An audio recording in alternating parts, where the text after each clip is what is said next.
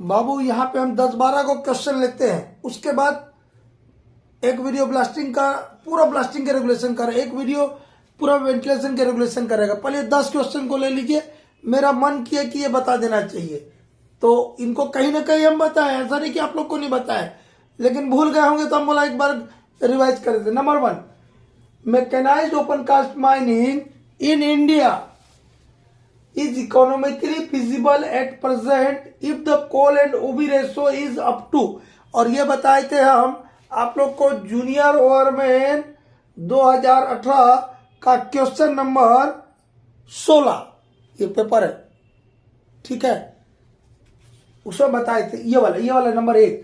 तो हम क्या बताए थे, इसमें हम ये भी बताए थे, ये चीज भी याद रखिएगा, आपका सॉवेल डंपर से स्टिपिंग रेशो कितना रहेगा, बकेट व्हील एक्सकवेटर यदि हम यूज कर रहे हैं तो कितना रहेगा, और ड्रैग लाइन यूज कर रहे हैं तो कितना रहेगा, ये मैकेनाइजेशन के लिए, ठीक है।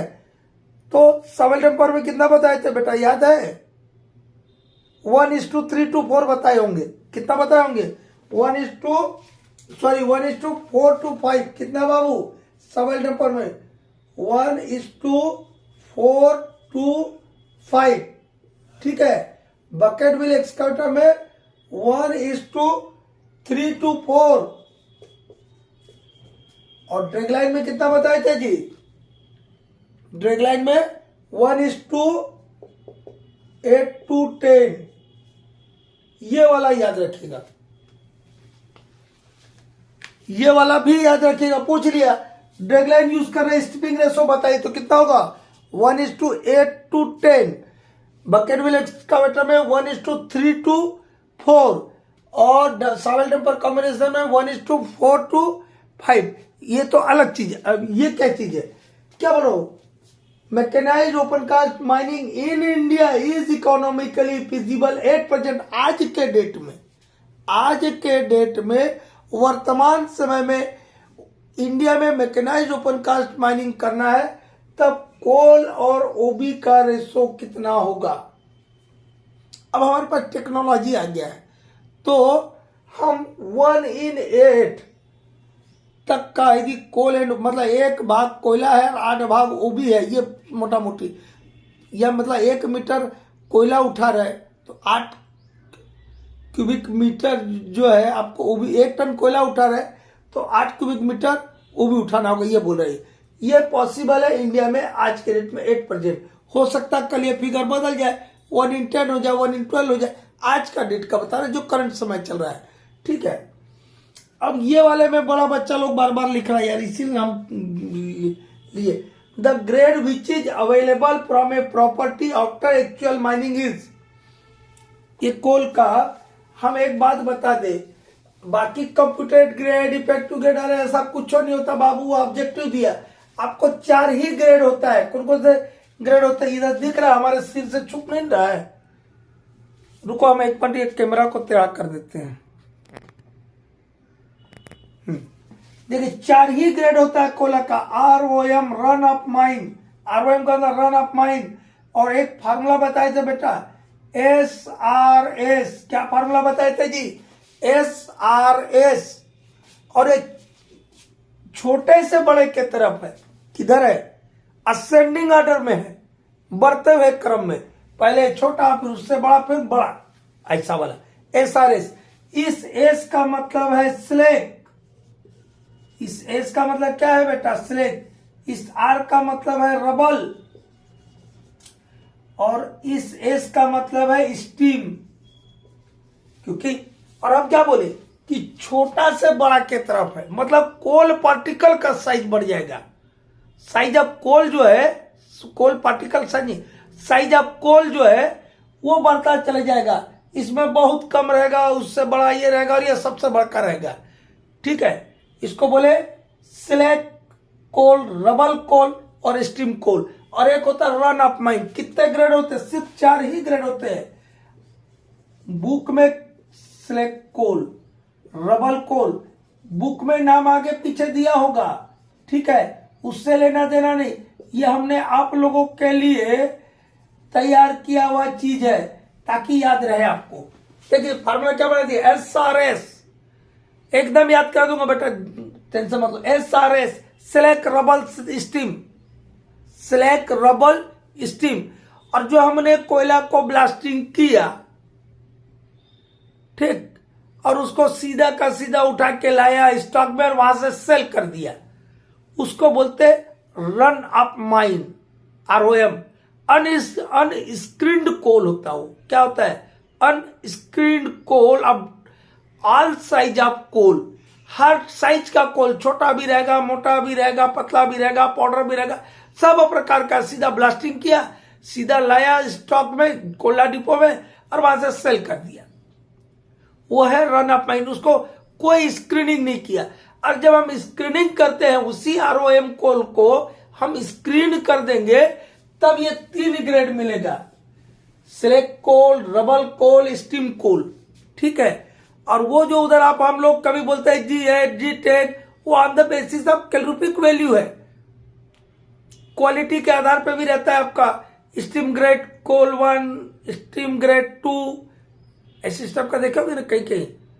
स्टील ग्रेड, सॉरी स्टीम बोल दिया, steel grade 1, steel grade 2, steel grade 3 step का सुने होंगे ना। थोड़ा जल्दी जल्दी बोलने में कुछ गड़बड़ा जाएगा तो सब, तो उसको छोड़ दीजिएगा, डिलीट मार दीजिएगा। तो वो क्वालिटी के आधार पे है, कैलोरीफिक वैल्यू के आधार पर, वो अलग चीज है।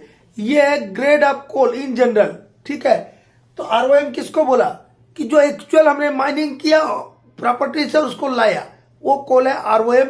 ये अनस्क्रीन्ड कोल है। कैसा है ये? ROM क्या? अनस्क्रीन्ड कोल है, और इसमें हर साइज का कोयला है। इसके बाद स्लैक कोल। स्लैक कोल किसको बोलेंगे? पाउडर टाइप का कोल को बोलेंगे। किसको बोलेंगे? पाउडर टाइप का कोल को बोलेंगे। 0 to 25 mm साइज का जो कोल होगा उसको बोलेंगे स्लैक। 0 मतलब क्या हुआ? पाउडर एकदम, और वहां से 25 mm तक का। रबल में आएगा तो 25 mm टू 50 mm साइज का, और steam coal 50 mm to 200 mm and above. 220 नहीं लिखा, 200 लिखा बेटा, एंड अबो मतलब बड़का बड़का जो बड़ा बड़ा इतना बड़ा कोयला रहेगा वो स्टीम हो गया। स्लैक एकदम पाउडर टाइप का हो गया, डस्ट टाइप का कोयला स्लैक हो गया। उससे थोड़ा बड़ा इतना बड़ा कोयला रहा वो हो गया रबल, और इतना बड़ा जो रहेगा वो सब क्या हो जाएगा? स्टीम कोल। तो ये इसका हो गया the grade which is available from a property after actual mining is the run of mine, ROM। This is an unscreened coal. This is an uncaged coal. It contains all size of coal. ये size of कोल के आधार पे classification है। ये किसके आधार पे classification है? This is based on the size of coal, ठीक है, हो गया। क्वालिफिकेशन है taken place in the order of. कोयला कैसे बना उसका क्रम बताना है। हम फार्मूला बताए थे बिटवा, क्या बताए थे? PLBA। क्या बताए थे? PLBA बताए थे ना जी। कुछ नहीं याद रखना है। कई क्या एग्जाम में क्या होता है ना, कई बार बड़ा टेंशन में आता बच्चा लोग, अभी कुछ बोलता। PLBA, what is PLBA? दिख रहा है PLBA, peat lignite bituminous anthracite. क्या बोला हो? Peat lignite bituminous anthracite. This is the order of qualification. कोयला बनने का ये क्रम है, ठीक है। आगे बढ़ते चलते, समय कम है। अच्छा, ये दिख रहा है क्वेश्चन नंबर 4, देखे वहां से। तो मोबाइल इधर घुमाना होगा। हाँ देखिए, no explosive shall be used in a mine except that provided by the. और यहाँ पे आपको ऑप्शन दे देगा। मान लो ये जो क्वेश्चन हम पढ़ रहे हैं, ये सबको डिलीट मार देता हूं आपको लिखाने समझाने में। क्या बोल रहा? No explosive shall be used in a mine except that provided by, मतलब कोई आदमी का नाम देगा आपको, उसके द्वारा जो दिया गया बारूद के अलावा कोई भी बारूद यूज नहीं करना है।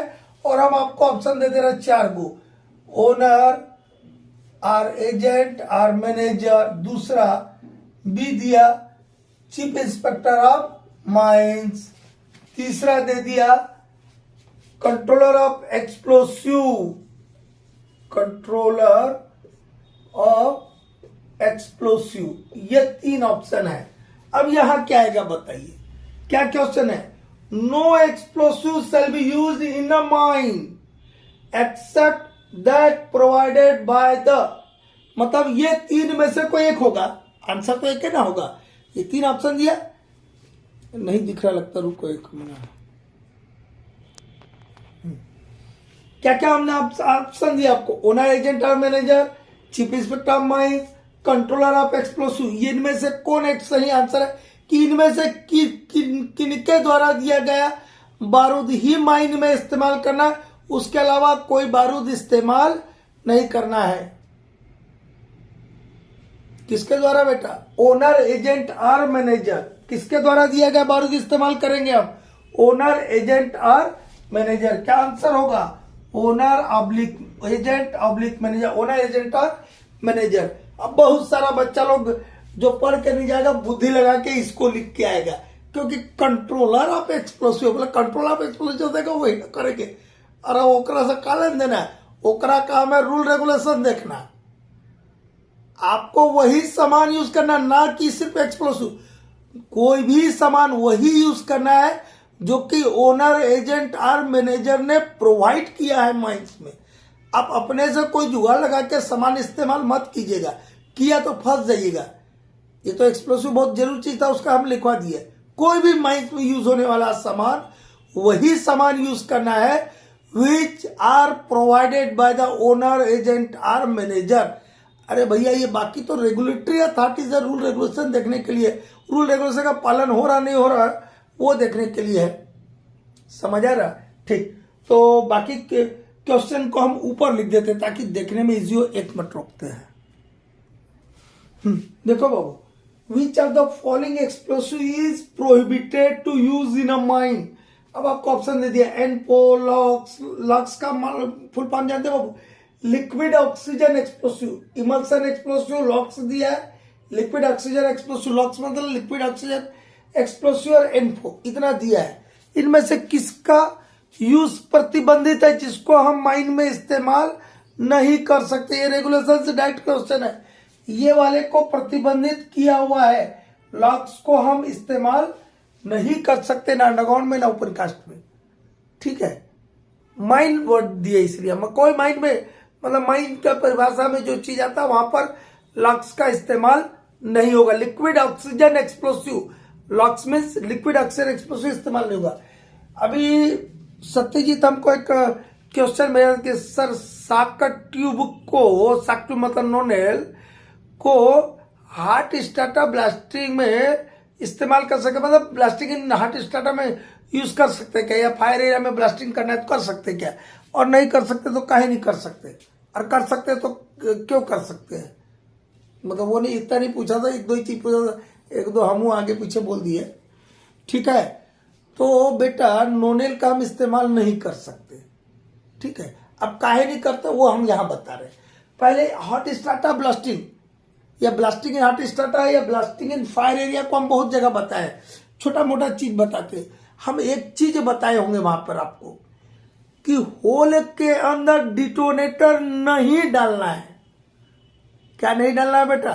होल के अंदर डिटोनेटर नहीं डालना है। अरे भैया अंदर में गर्मी ना है जी, और डिटोनेटर डाल देगा फूट नहीं जाएगा तो आप और हम रहेंगे का वहां पर?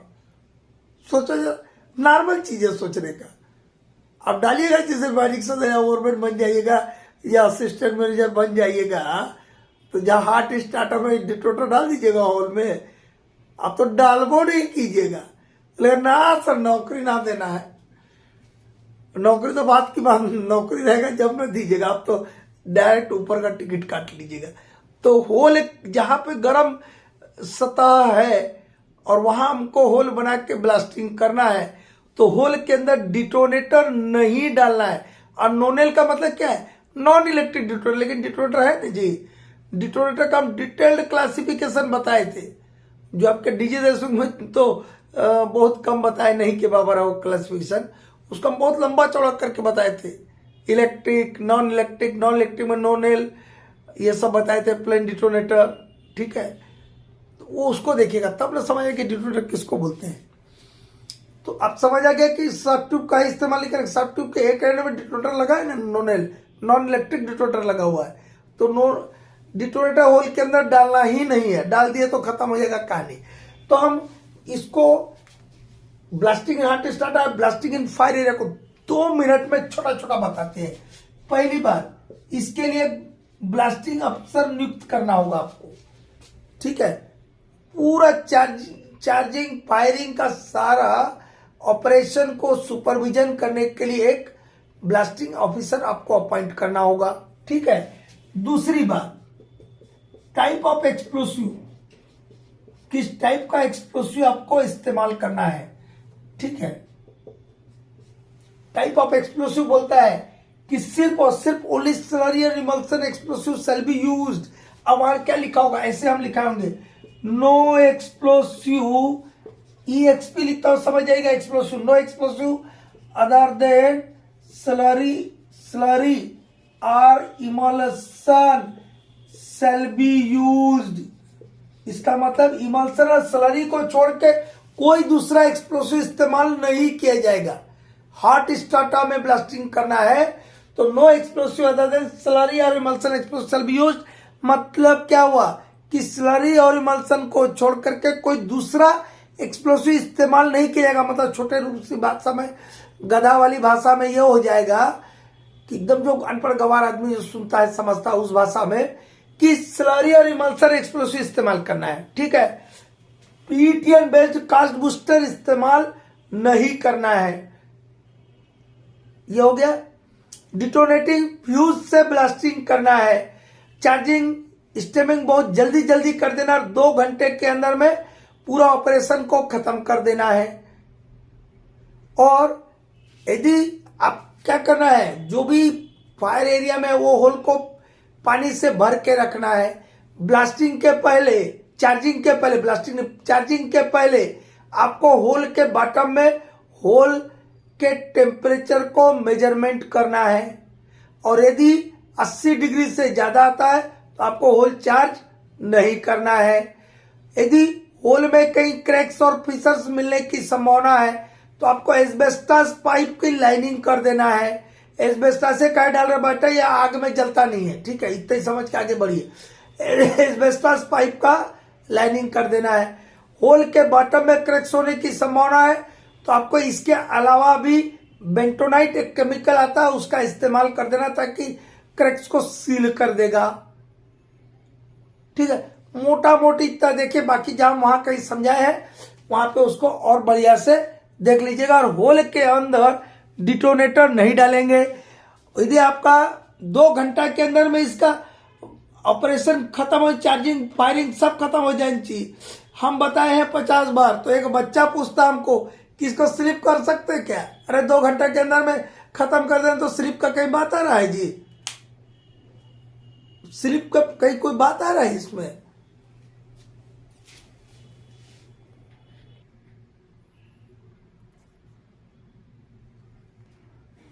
बाबू ये बहुत ही अर्जेंट चीज है, इसको हम कुछ कुछ यहाँ पे किए हैं। स्पॉन्टेनियसिटिंग का, स्पॉन्टेनियसिटिंग के पहले नाम क्या क्या पता है?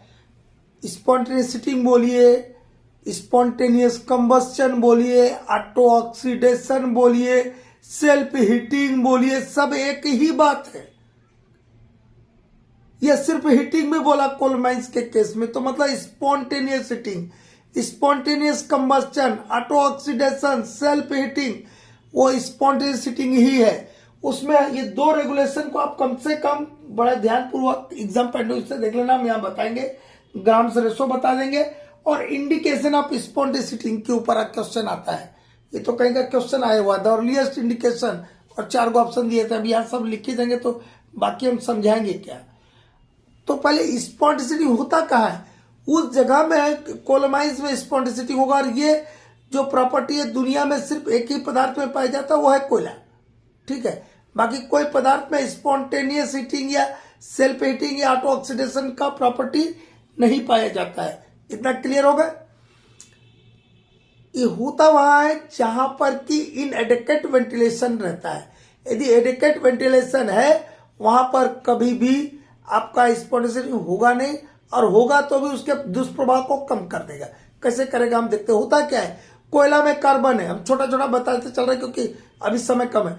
कोल में कार्बन है, कार्बन हवा के साथ मिलेगा तो कोई भी पदार्थ की हवा के साथ, हवा मतलब हवा के अंदर ऑक्सीजन है, कोई भी पदार्थ का ऑक्सीजन के साथ होने वाली अभिक्रिया को, केमिकल रिएक्शन को हम ऑक्सीडेशन बोलते हैं।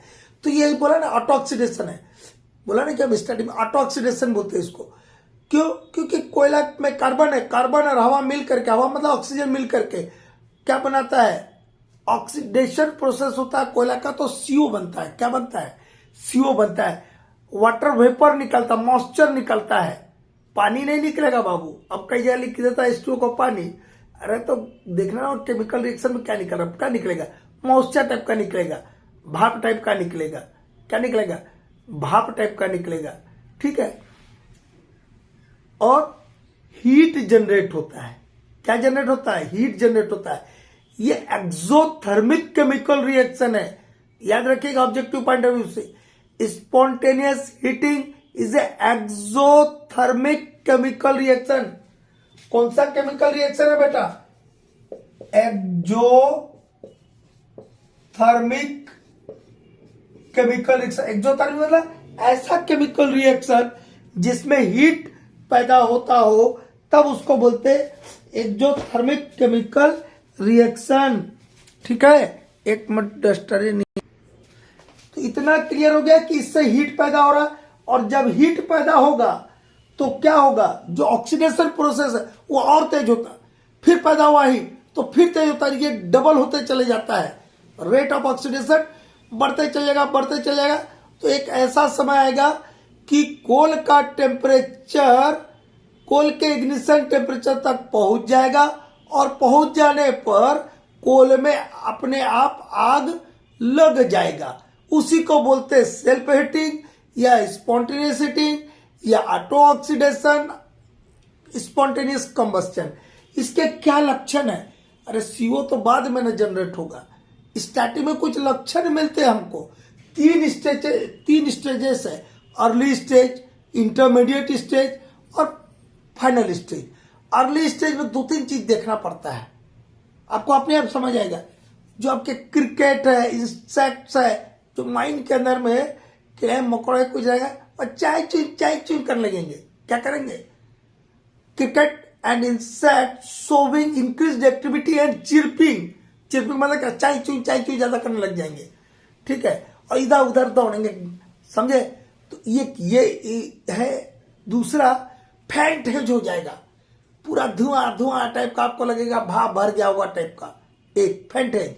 उसके अलावा क्या होगा? स्वीटिंग होगा। क्या होगा? स्वीटिंग। स्वीटिंग क्या है? हम बोले तो अरे मॉइस्चर निकल रहा है, गर्मियों निकल रहा है, हीट भी निकल रहा है, तो वो जो मॉइस्चर निकला, वो मॉइस्चर के कारण ही क्या हो रहा है, धुआं टाइप का लग रहा है। साथ में वो थोड़ा दूर जाएगा, जहां हीटिंग है उससे दूर जाएगा, जहां ठंडा जगह रहेगा, तो गर्म और ठंडा मिलके वो क्या होगा, आपके सपोर्ट पर, फ्लोर पे, साइड पर बूंद बूंद पानी टाइप का, ड्रॉपलेट टाइप का दिखेगा। जैसे हमारे यहाँ से पसीना निकलेगा गर्मी के दिन में, और कैसे जम जाता बूंद बूंद, वैसा स्वेटिंग टाइप का दिखेगा। क्या क्या बताए हम अर्ली स्टेज में? स्वेटिंग, मॉइस्चर डिपोजिशन हो जाएगा। स्वेटिंग मतलब क्या हुआ? मॉइस्चर का डिपोजिशन हो जाएगा, फैंटेज रहेगा, और जो भी आपके कीड़े मकोड़े वो चाय चू ज्यादा कर लगाएंगे, अपनी एक्टिविटी शो करेगा, चिल्लाने लगाएंगे, चिरपिंग करेंगे, चिक चिक चू चू चाय चू करेगा, वो चिरपिंग हुआ। ठीक है, यह हो गया अर्ली स्टेज। इंटरमीडिएट स्टेज में क्या होगा आपको, और इसमें और एक और था, गोब स्टिंग का भी गंध आता है। गोब स्टिंग कैसा होता है? जो लकड़ी सड़ता है ना, डिकेइंग ऑफ टिम्बर का जो स्मेल आएगा, वो गोब स्टिंग। ये इतना हो गया आपका फर्स्ट स्टेज में, मतलब अर्ली स्टेज में। सेकंड में क्या होगा? गोब स्टिंग का जो आपका गंध था वो पेट्रोल लाइक स्मेल में बदल जाएगा, और थर्ड स्टेज में पेट्रोल लाइक स्मेल जो था वो टेरी स्मेल में बदल जाएगा, जिसको हम फायर स्टिंक बोलते हैं। तो तीनों का बता दिया, यहाँ कहीं दिखे नहीं, लिख देता। ठीक है, क्या क्या बताया? फर्स्ट में फेंटेज, डिपोजिशन ऑफ मॉइस्चर जिसको स्वीटिंग बोल रहे हैं, क्रिकेट विकेट वो जो रहेंगे कीड़े मकोड़े वो उनकी एक्टिविटी बढ़ जाएगी, चिरपिंग करने लग जाएंगे और गो विस्टिंग का बास आता है, गंध आता है। ठीक है, इतना हो गया आपका फर्स्ट में। सेकंड में वो गो विस्टिंग वाला जो गंध था वो पेट्रोल लाइक स्मेल में बदल जाएगा। थर्ड में पेट्रोल लाइक स्मेल जो है वो टेरी स्मेल में बदल जाएगा, जिसको हम फायर स्टिंग बोलते हैं। खत्म हो गया इतना। ठीक है, कहने का मतलब इसमें सीओ प्रोड्यूस हुआ ना जी। और दुनिया के जो भी इनकम्प्लीट कंबस्टन का प्रोडक्ट होता है सीओ, और हम बोले कि जहां इनएडिक्वेट वेंटिलेशन है वहीं पर ना स्पॉन्टेनिटी होता है, तो सीओ पैदा हुआ। देखिए, CO produced by oxygen absorbed, और इस रेशो को बोलते हैं ग्राम्स रेशो। क्या बोलते हैं? ग्राम्स रेशो बोलते हैं। इस ग्राम्स रेशो का कुछ वैल्यू दिया है, याद रखो। फिर इधर भी देखेंगे रेगुलेशन वाला पोर्शन, रेगुलेशन वाला पोर्शन हम यहाँ देखेंगे इस ग्राम्स रेशो या इस रेशो के बारे में। 0.1 to 0.5% मतलब आधा % तक है CO by O2 ratio, CO produced by O2 ratio, जिसको हम ग्राम्स रेशो बोलते हैं। तो ये नॉर्मल टू द कोल्सियम, मतलब कोल्सियम में इतना मिलता है, कोई बात नहीं, डरने का कोई बात नहीं। लेकिन CO produced to oxygen absorbed ratio that is grams ratio, यदि 1% मिलता है तो ये क्या बता रहा है? Indicates existence of spontaneous heating. क्या बता रहे हैं? इंडिकेट्स एग्जिस्टेंस ऑफ स्पॉन्टेनिटी, मतलब स्पॉन्टेनिटी शुरू हो गया। ऑब्जेक्टिव वाले बेटा याद रखो, 1% है तो इंडिकेट्स एग्जिस्टेंस ऑफ स्पॉन्टेनिटी, 2% है तो हीटिंग इन एडवांस स्टेजेस, 2% है तो क्या होगा? Heating in advance stages. 3% या उससे अधिक तो एक्टिव फायर, सीधा ब्लेजिंग फायर हो गया है, लॉ निकल रहा, फायर का फ्लेम निकल रहा है। ठीक है, 1% में चालू हुआ, 2 एडवांस और 3 या उससे ऊपर में एक्टिव फायर, इतना हुआ। अब इधर चलते हैं, ये रेगुलेशन 137 का 12 का ए और बी दो देख लीजिए क्या बोलता है। 137 का रेगुलेशन 12 का क्लॉज ए, ठीक है, क्लॉज ए। रेगुलेशन 137 का रेगुलेशन 12 का क्लॉज ए क्या बोलता है कि हर डिप्लेरिंग डिस्ट्रिक्ट का रिटर्न एयरवे, हर डिप्लेरिंग डिस्ट्रिक्ट का रिटर्न एयरवे और हर गोप जिसको सील नहीं किया, और सील कर दिया उसका कोई बातें नहीं आता है, हर गोप जिसको सील नहीं किया है कि रिटर्न एयरवे की के में परसेंटेज ऑफ सीओ को जांचना है हर at least once at least in every 7 days. कब? Once at least in every 7 days, 7 दिन में नहीं बोल रहा बेटा, वंस एटलीस्ट, दिख रहा वहां से, once at least in every 7 days. Percentage of CO को कितने दिन में जांचना है बेटा? कहां पे? हर डिप्लेंट डिस्ट्रिक्ट के रिटर्न एयरवे में, हर गोप जिसको सील नहीं किया उसके रिटर्न एयरवे को हर 7 दिन में एक बार परसेंटेज ऑफ सीओ को जांचना है। कहे से? अप्रूव्ड ऑटोमेटिक डिटेक्टर से, ठीक है। वंस एटलीस्ट, यार लिखे नहीं, हम याद रखिएगा, once at least in every 7 days, ठीक है। और ये CO produced by oxygen absorbed ratio को पता करना है आपको, कंप्लीट एनालिसिस करना है कितने दिन में, वो लिखा है रेगुलेशन 137 का 12 का क्लॉज बी में 30 डेज में। कितने दिन में? Once at least in every 30 days में कंप्लीट एनालिसिस करना है, ताकि आप CO produced to oxygen absorbed ratio determine कर सके। कंप्लीट एनालिसिस कितने दिन में करना है बेटा? 30 दिन में।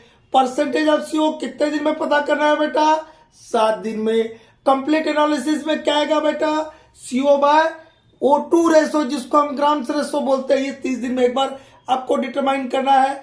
और परसेंटेज ऑफ सीओ 7 दिन में एक बार ऑटोमेटिक डिटेक्टर से पता करना है। कहां पता करना है बेटा? रिटर्न एयरवे में। किसके रिटर्न एयरवे में? हर डिप्लेंट डिस्ट्रिक्ट के रिटर्न एयरवे में और हर गोप के रिटर्न एयरवे में जिसको कि सील नहीं किया है। और कोई दिक्कत है? अब इतना समझाने के बाद भी यदि दिक्कत होगा, और यहाँ तो सुपर फास्ट में न चल रहे जी, हम तो स्पॉन्टेनिटी का भेजे हैं बहुत सारा, फिर वहां देखिएगा बढ़िया से, लंबा चौड़ा देखना है तो ठीक है। अभी के लिए इतना ही करते हैं, फिर अगले वीडियो में फिर कुछ देखेंगे।